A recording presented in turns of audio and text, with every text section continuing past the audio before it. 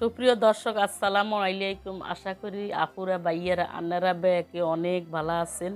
আজকে আন্নাগুলোকে শেয়ার করুম কোরবানিদের দিন আমি কী কী আয়োজন করলাম এবং কি কি রান্না করলাম সব কিছু আন্নাগুলোকে শেয়ার করুম। দেখছেন আঙ্গু আল্লাহর রহমতে গরুটা জবাই হয়ে গেছে। আবার এখানে বরফ বিছাইছে, তারপরে দাঁড়া বিছাইছে, এর উপদি প্লাস্টিক বিছাইছে, তারপরে এখানে একখান গরু রানারে কাটিয়ে নিতেছে যে আমার ছোটো হোলা গাইয়ে আর কষাইরা কাটিয়ে আনতেছে। দেখতে পাচ্ছেন আরেকটা রান দরিয়ানের ওই যে উঠানে কিন্তু আর গরুটা জবা করছে, করিয়া তারা সুন্দর করে খালাই মালাই এমন কাটিয়ে আস্তে আস্তে আনে।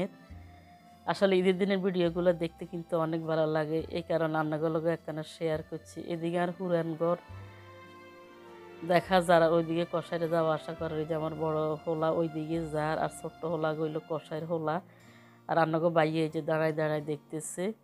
আর এইদিকে কষাইরে আরেকটা বড় রানের গাছের লগে মানে আর বিল্ডিংয়ের একতলার নিচে বাঁধছে, বাঁধার পরে গোস্তগুলোরে কাটি বর্গের উপরে হালার। দেখছেন এই যে কি সুন্দর কাটি হালার। আর নিজে ভিডিওটা করি আর নৌকাছে আর এসব ভিডিও কেমন লাগে তোমার জানাবেন। ইন্দে আর বড় হোলা আর ননদের মাইয়ে লেবুর শরবত বানাই খাওয়াইতেছে সবাইরে, আমার হোলারও খাবার গোস্তকিন কাটি এদিকে দিতেছে, এইদিকে ওরা কাটতেছে, আমার বড় ছেলের সহ এরা কাটের অনেকে কষাইরে তো আনিয়ে দিতেছে আর এরা কাটতেছে। একটু পরে আমিও কাটুম, তারপরে আমার দেওরের হোলা এখানে গুঁড়ি দিচ্ছে। আসলে গুঁড়িটা হাতে লাগাই আনের গোস্ত কাটতে কিন্তু অনেক সুবিধা হয়। যারা কোনো সময় এরকম গোস্ত কাটেন নাই আর রেসিপিটা দেখে মানে ভিডিওটা দেখে কাটে নেবেন। চাইলের গুঁড়ো হাতের মধ্যে মাখবেন দোনো হাতে, এরপরে গোস্তটা ধরবেন, একদম পিছটা লাগবে না, সুন্দরভাবে কাটা যাইব। দেখতে পাচ্ছেন ইয়ানা আরে এরা 7 কেজি গোস্ত দিচ্ছে আগে, এবার 7 কেজি গোস্ত সুন্দর করে 2 হালে পরিষ্কার করে নি বড় হাইলার মধ্যে লইছি। এবার ইয়ানে ময় মশলা মাখিলমু। এবার আল্লাহ বিসমিল্লাহ করে ইয়ানাই 1 কেজি পরিমাণ হেজেরে কাটি লইছি। এবার 7 কেজি গোস্তর মধ্যে রান্না করবার লাই বলি সবগুলা দিয়ে দেবো, সামান্য একটু রাখি দেবো, ইগুনটা আমি লাস্টে দিয়ে ব্যবহার করুম। দেখতে পাচ্ছেন সবগুলো দিয়ে দিচ্ছি। মাশাল্লাহ আমার পরিবার, আমরা তো বাড়িতে গেলে যৌথ পরিবার, সবাই কিন্তু আমার হাতের মাংস রান্নাটা পছন্দ করে। আমার শাশুড়িও কয় তুমি গোস্ত রান্ধো, আমার ননদেরা, আমার হাজব্যান্ড, ছেলেমেয়েরা সবাই যতজন নার্সে সবাই কিন্তু আমার হাতের পাকটা পছন্দ করে। এবার ইয়ানে আমি অনেকগুলো দারচিনি এলাচি দিয়ে দিচ্ছি, পরে কুকুর লঙ্গ দিমু। আজ কিন্তু পরিমাণটা কইতেন নয় এনে সবগুলো দিয়ে এরপরে ইয়ানে লইছি কতগুণ তেজ হাতা ইগুন রোদ 2 সুন্দর করে সিঁড়ি হালাই দিমু। আর ভিডিওকে ভালো লাগলে ওকে সাবস্ক্রাইব করে পাশে থাকা অল বাটনে প্রেস করে রাখবেন, আর যখনই ভিডিও ছাড়ব নোটিফিকেশনে হাই যাবেন গই। তেজা তখন দিবার হরে এবার ইয়ানে রন বাটা দিয়ে ইয়ানে 1 বাটি রন বাটি লইছি, আমি প্রায় অর্ধেক দিয়ে দিচ্ছি, যেহেতু 7 কেজি মাংস সেহেতু একদম পরিমাণ মতো দিয়ে দিচ্ছি। তারপরে ইয়ানে 1 বাটি আন্নের আদা বাটি লইছি, আবার আদা ইগুনটা সুন্দর করে আমি পরিমাণ মতো দিয়ে দিচ্ছি। এরপরে দিয়ে দেবো ইয়ানে আন্নের লাল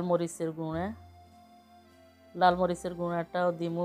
আর গরুর মাংসটা একখানা জাল জাল হইলে খাইতে কিন্তু অনেক স্বাদ লাগে, জাল কাম হইলে গরুর মাংসটা ভালো লাগে না। যেহেতু ঈদের দিনের গরুর মাংস সেহেতু একদম পরিপাটি হইতে হইব, তাহলে মানে সব ময় মশলা ঠিক হইতে হইব, তাহলে সবাই কিন্তু খাই অনেক পছন্দ করব। কষাইরেও খাইছে সবাই, আত্মীয় স্বজন অনেকেই খাইছে, সবাই কিন্তু আর আজকে রান্নাটা অনেক পছন্দ করছে। এবার ইয়ানায় পরিমাণ মতো হলুদের গুঁড়া দিয়ে দিচ্ছি। এবার দিয়ে ইয়ানে জিরা বাটা একদম ফাড়ায় জিরাগুলো বাড়িয়ে দিচ্ছি। এবার ইয়ানায় পরিমাণ মতো জিরা বাটা দিয়ে দিচ্ছি। জিরা বাটা দিয়ে তরকারিটা রাঁধছি অসম্ভব মজা হয়েছে।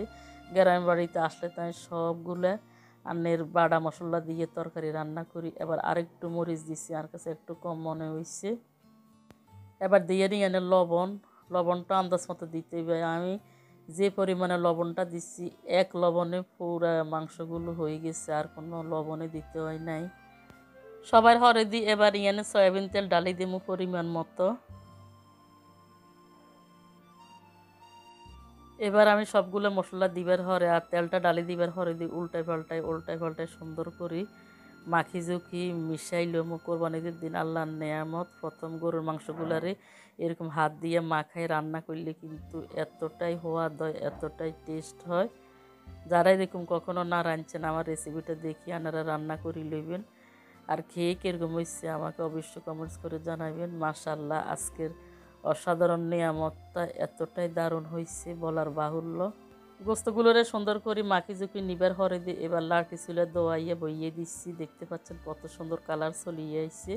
আর সকাল ধরিয়ে লাড়কি চুলে অনেকগুলি চাইলের রুটি বানাইছি এবং গরম পানি বইয়ে রাখছি আন্নের গোস্তর মধ্যে দিবার লাই। এবার মাংস কিন্তু তো বইয়ে দিছি দিবার হরে দিয়ে এবার ডাকনা দিই চুলের আগুনটা ধরাই দিব। দেখতে পাচ্ছেন আগে চুলের মধ্যে অনেকগুলো দারুগা জলের আবার হাতা হুতা দিই। এবার চুলের আগুনটা নারকেল পাতা দিয়ে ধরাই দিতে আসছি, ধরাই আগুনটা জ্বালাই দেবো, মাংসটা হইতে থাকবো। আলহামদুলিল্লাহ আজকে ঈদের তবরকটা তো রান্না হয়ে গেছে, মানে গোস্ত কিন্তু রান্না হয়ে গেছে। এদিকে কষাই করে খাওয়াই দিচ্ছি আগে দিই। আর ঘরের আবার বড় ছেলের অনেকে খাইছে। এদিকে আর ছোট হোলাগার আর দেড়ের হোলায় ধনুগা খার এগুলো গরমে গোসরস্ত কাটি একদম গামাই গেছে। এদিকে আমার মেয়েটা আন্নের লেবু টেবু শশা কাঠের সবাই মিলে খাইছে। আর ক্যামেরা করতেছি যে আমরা পাকের ঘরে রান্না করি তো ভাঙাচুরা রসি ঘরে। আর এইদিকে আমার বিল্ডিংয়ের নিচতলা কিন্তু মাংসগুলা সব কাটা হয়ে গেছে। রান্নাকে বাইরে সুন্দর করে মাপজব করি একরোটভাবে সবাইরে দিতেছে। উনি কিন্তু পাল্লা দিয়ে মাপে, একটু চুল পরিমাণ উনি বেশকম করে না। তো বেশকম করলে আল্লাহর কাছে ঠেকা থাকি যে মুগু, যেহেতু আল্লাহর নামে কোরবান করছি সুন্দরভাবে সবাই মেপে জুপে দিব। সবাই ভালো থাকবেন, আল্লাহ হাফিজ।